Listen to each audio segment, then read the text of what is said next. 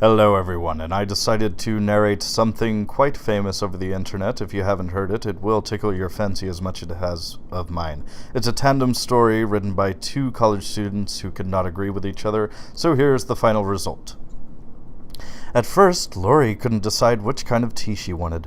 The chamomile, which used to be her favorite for lazy evenings at home, now reminded her too much of Carl, who once said in happier times that he liked chamomile.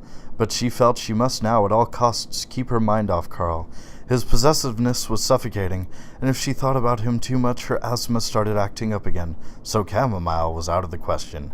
Meanwhile, Advanced Sergeant Carl Harris, leader of the attack squadron now in orbit over Skylon 4, had more important things to think about than the neurosis of an airheaded asthmatic bimbo named Lori, with whom he had spent one sweaty night over a year ago.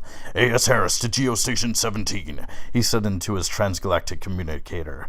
Polar orbit established. No sign of resistance so far. But before he could sign off, a bluish particle beam flashed out of nowhere and blasted a hole through the ship's cargo bay. The jolt from the direct hit sent him flying out of his seat and across the cockpit.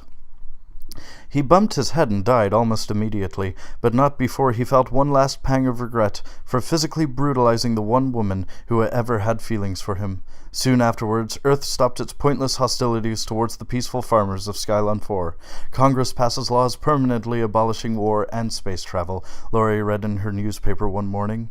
The news simultaneously excited her and bored her.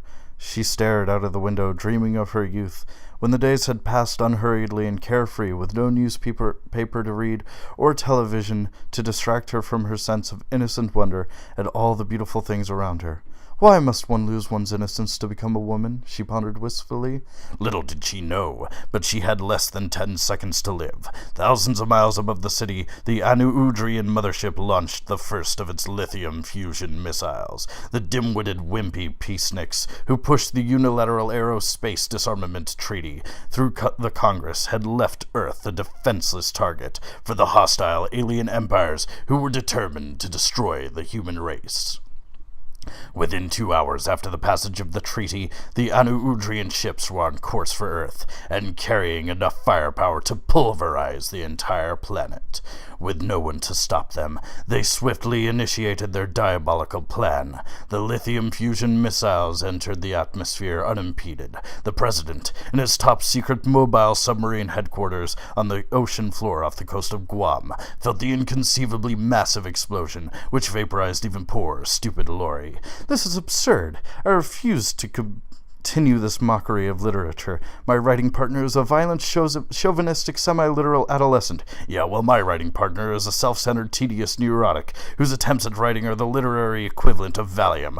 Oh, shall I have some tea? Or shall I have some other sort of fucking tea? Oh no, what am I to do? I'm such an airheaded bimbo. I guess I've read too many Daniel Steele novels. Asshole. Bitch. Fuck you, you Neanderthal. In your dreams, ho. Go drink some tea. A+, I really liked this one, said the teacher. And thank you very much for listening. That was indeed a challenge. This is like my 10th recording.